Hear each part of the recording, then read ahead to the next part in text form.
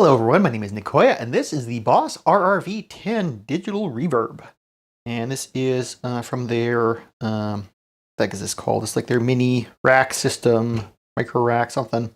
I will put on screen, I keep forgetting what it's called. Anyway, this is a digital reverb. It came to me as completely non-functional, and I plugged it in to test it, and it emitted a really awful smell, and so that kind of gives us a clue of what's wrong, so let's get in here and see what's up.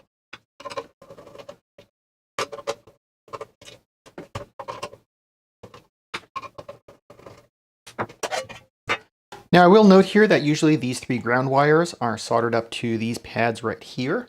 I have been in here before already, and I didn't feel like resoldering those back down, because without unsoldering those, those are like straight to the chassis back here. You can't actually lift the board out, so you will have to unsolder from these three pads before you can dig in further.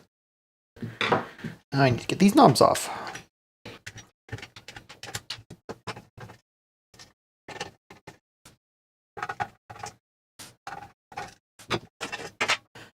Now, on this particular model, we only need to remove the nuts from these right-hand 4 potentiometers. The multi-switch is actually bolted to the chassis, and in fact, I think, no, it's a different cable, but there is a cable that goes from here to the main board, so you can leave this in place.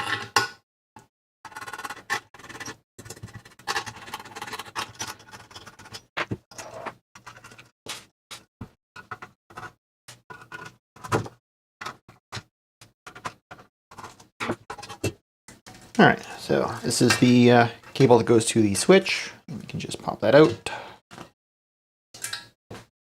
All right, so this board is upside down right now. So if we flip the front panel over, we can see the power button is over here. And so the power comes in here up to the front, and it goes through a regulator up here. But before it goes through a regulator, it actually goes through this resistor right here, and that helps take some of the load off of the regulator. So that, you know, if we're trying to draw, like this regulator is good for 5 volts, 150 milliamps. If we're trying to draw all 150 milliamps and we're dropping from the 9 volts input into the 5 volts output, you know, that's 4 volts at 150 milliamps. I will put the calculation up on screen about how many watts it is. And it's not nice to put that many watts, dissipate that through just the regulator. And so what you do is you size a resistor such that it drops roughly the amount of overhead voltage you have. So in this case, we're dropping about 3 volts at 150 milliamps through this resistor, and that calculates out to about 20 ohms. And that resistor is not looking too good. So yeah, as you can see, that resistor is very crispy. And so that tells us that something was drawing too much current through this circuit. So if we flip the board over, we can kind of trace out how things are going. The power comes in through the switch, and then it's in sort of this pad here. This has the resistor here. There is a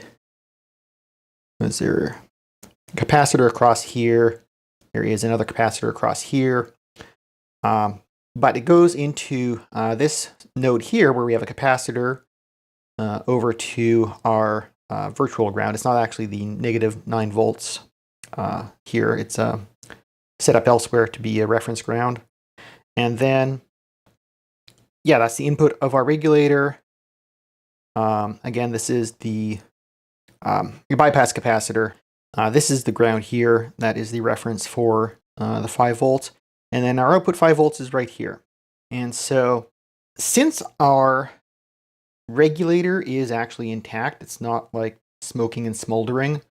And by smoking and smoldering, I mean that quite literally. I'll put an IR photo I took up on screen of when I powered this on, and this resistor started almost glowing incandescently.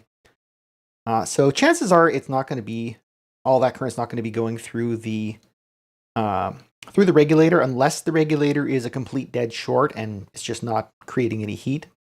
But what I did is I popped out that regulator and I checked there to see if the issue went away, and it did not.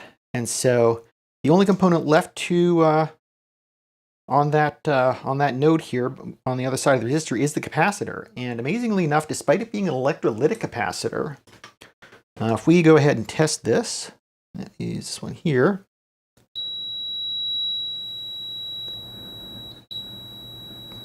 Yeah, that is dead short. And if we use like a regular, this is what is 100 microfarad, 16 volt. So if we put a regular capacitor here, it'll beep for a short time. Oops, that's already charged up. But eventually it stops beeping because it's charged enough that the meter doesn't detect it as having any current flowing through it. So we need to change this capacitor, where was it again? Here. And then, amazingly enough, the resistor, like if I switch over to my ohms mode and I check across the resistor, we're actually still reading like almost exactly 20 ohms. And I calculated out, I mean, obviously I can't see the stripes on the resistor anymore, but I calculated that out and that is actually the correct value for this resistor. But since it is kind of half turned to ash, I'm going to replace it.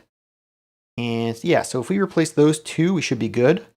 And I'm also going to, while I'm here, check these other capacitors because they are in this sort of hot zone here. I'm pretty sure the rest of the capacitors are probably fine. Like there's no signs of them leaking. So most of these, especially in the audio section, like away from the main CPU here, are not going to see a lot of ripple current. So we don't really have to worry about them a ton unless they get super hot for a long time. So let's see if any of these other capacitors have gone short.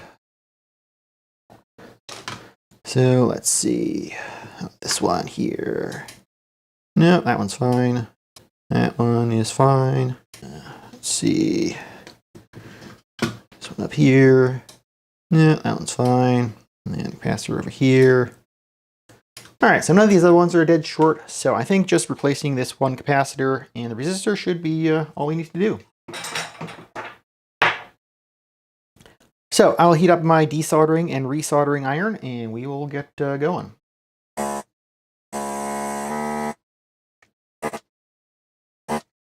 My desoldering gun is slightly clogged. One moment.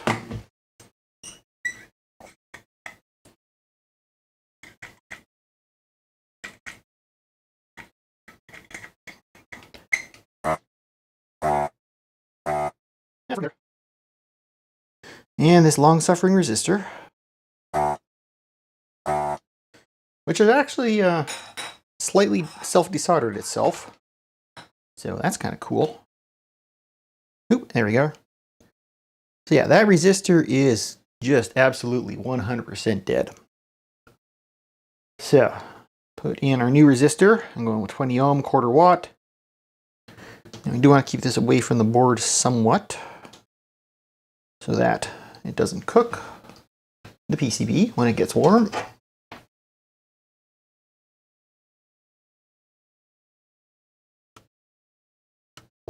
And the electrolytic capacitor, which is of course polarized. The stripe is on the negative side.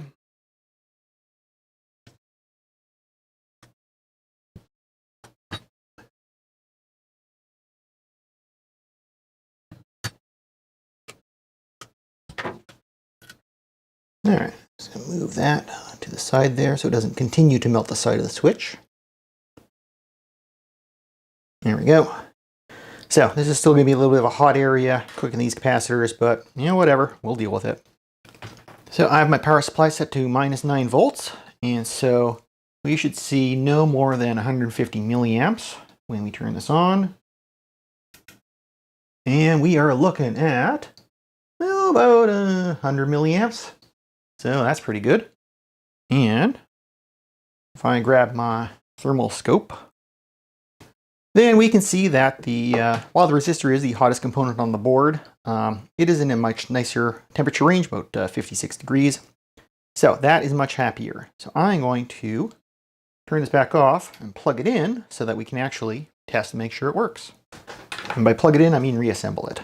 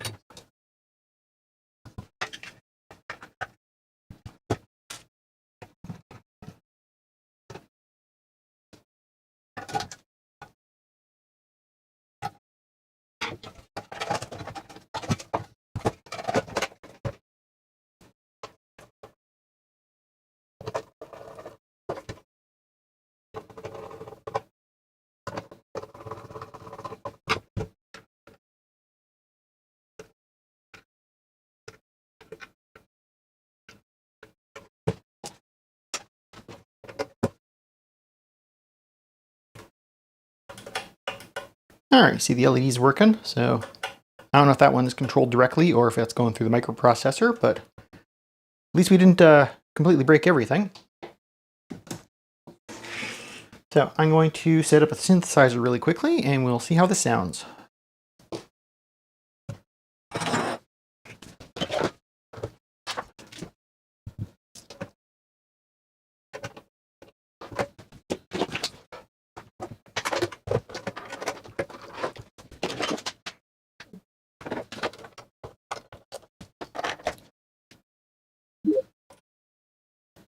All right, so I have the effect turned off right now. I have the direct turned up a little bit. So we should hear sound. Ooh, we should hear sound.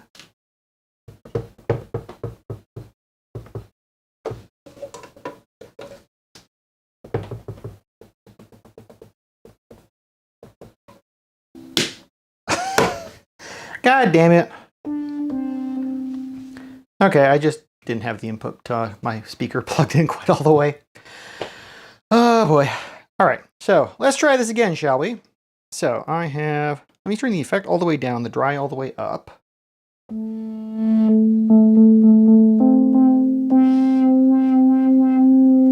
That sounds nice and clean. We turn the dry all the way down, we hear nothing. Haha, victory! So, hope you enjoyed that repair, and I will see you on the next one.